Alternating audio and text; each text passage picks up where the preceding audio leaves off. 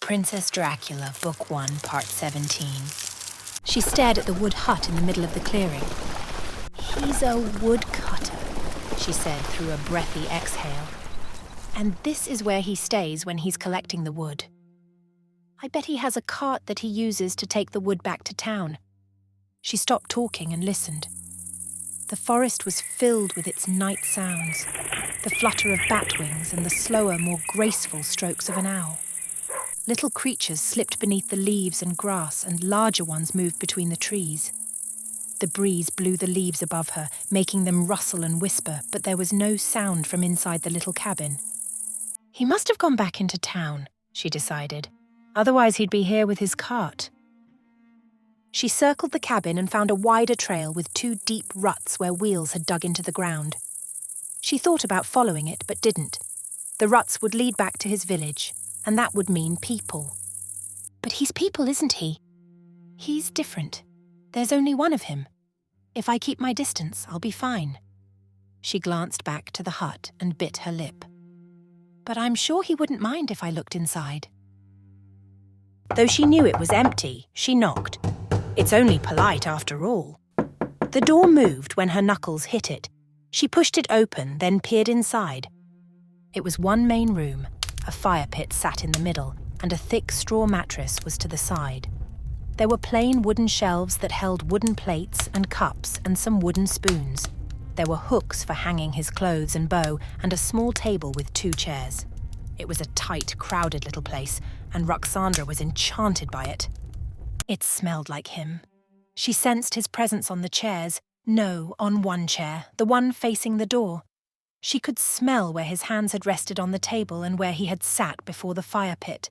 She could smell him on the mattress in the bed. "Oh, the bed. I shouldn't," she told herself. "I really shouldn't." Yet she wanted to so much. "He isn't here. I'm sure he will not mind." She sat on the bed. Then she lay down, letting the soft straw mattress envelop her. It was far better than her own bed, far better than anything she'd slept on in months. She wriggled and squirmed, feeling the straw shift and move beneath her. It felt so good, and it smelled so much like him. She closed her eyes and breathed in his scent. It was warm and enticing and sent shivers down her spine in the way Adela used to do when she would lick Ruxandra's ear. Or when Valeria would sneak up behind her and cup her breasts when no one was looking. Ruxandra squirmed again and let one hand drift down her body, caressing breast and belly. "I am acting like a beast," she thought as she began rubbing, like a cat in heat. She brought up her other hand to caress herself. She moaned, feeling her tension rise higher and higher until she gasped and convulsed on the bed, inhaling his smell as she shuddered. "Oh God, what am I doing?" Ruxandra sat up, too embarrassed to stay. She straightened her hair and the mattress and slipped back into the cool of the spring night. She should pray, she knew. She should calm her mind and calm herself, but she couldn't. She wandered through the woods in a daze of pleasure. Everything looked magical. She let her eyes and ears and nose drink in all they could until the sky began to lighten.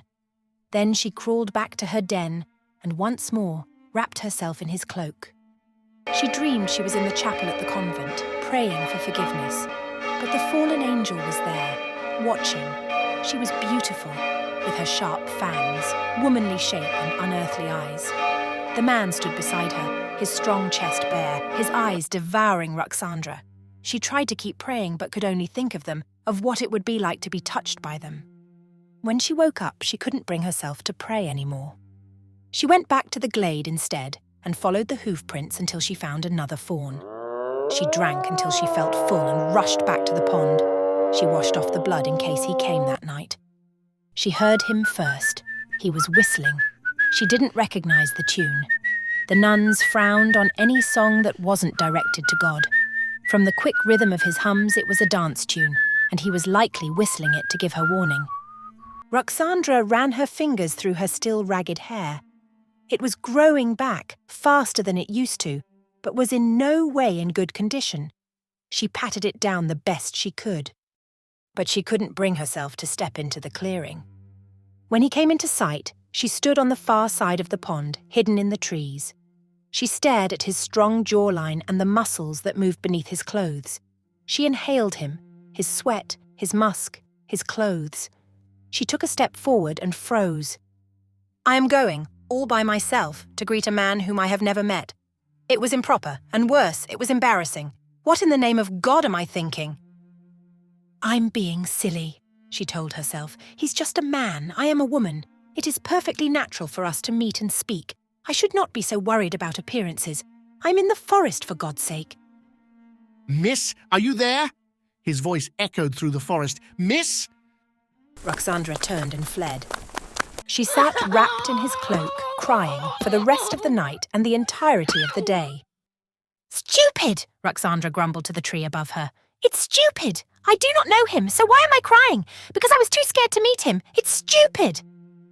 She pulled herself into a tighter ball and closed her eyes, trying to sleep. It eluded her. I shouldn't be scared of him. He's a nice man. He will not hurt me. Cannot hurt me. Unless he finds out what I am. He doesn't have to find out. It's not as though I'm staying around here forever, is it? I'll run out of animals and then I'll drink him like a monster. No, I'd leave before I would do that, and I'll feed before I see him, so I will not want to drink him. She was sure that was true. Even if she did want to drink him, a little bit, she wouldn't have to, the way she had to with the old woman. It would be no worse than those times the nuns punished her by sending her to her room without supper. She'd gotten used to that. She could get used to this. She wanted to speak to him. He seemed nice, and she was so very lonely.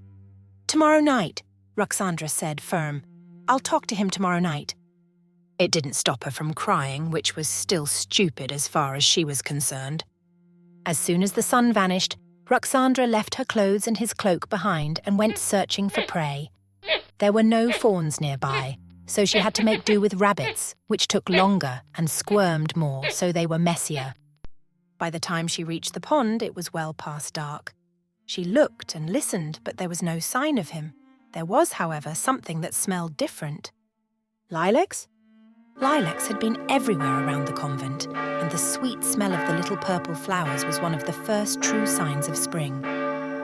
Ruxandra had never seen any growing near the pond. What am I smelling? She sank close to the earth and skulked around the pond. There was no sign of him, but there was a wooden chest lying open under a tree. It wasn't very big, only 2 feet on each side, with a plain wooden lid held in place by leather straps. She crept closer and the smell of lilacs grew stronger. Ruxandra peered over the edge of the chest and gasped. A large bar of soap, the source of the lilac smell, sat on top of a neatly folded green dress. Ruxandra stared at them in delight. He left them for me to use and wear. She almost started crying again. She looked around, hoping to see him somewhere close, but there was no sign of him. He's gone because I took too long, but I cannot hunt rabbits any faster. She reached for the dress to see how soft it was and saw the blood that coated her hand. She pulled it back fast, terrified of dripping blood on the pretty green wool. With the other hand, which wasn't quite so bloody, she carefully took the soap off the top of the pile, then went back down to the pool to wash. The soap made the blood and dirt slide off her skin and left her smelling so pretty. When she was clean, she went back to the chest. She didn't want to put the clothes on wet for fear of making the dye in the dress run and stain her skin. I'll take the whole chest back to the den, then I can see what's in it properly. The chest wasn't heavy at all, and she ran it back to her den with ease. She spread out the cloak on her bed frame and laid the contents of the chest on top of it. The dress was even more beautiful when it was unfolded. It had long, loose sleeves, a square bodice, a gathered waist, and a wide, flowing skirt. It would look amazing on her, and the bodice would show off her breasts very well. Especially since I have no chemise, I'm going to have to keep my back straight the entire time I wear it, or he's going to see everything all the way down. She remembered the moment at the pond, and her stomach twisted with embarrassment. Not that he hasn't seen it all already, but that doesn't mean I should be purposely immodest. Now, Oh. Under the dress were 2 chemises. He really is sweet, Ruxandra whispered. Ruxandra clutched the dress tightly, her heart swelling with gratitude and curiosity about the mysterious benefactor who left such treasures for her.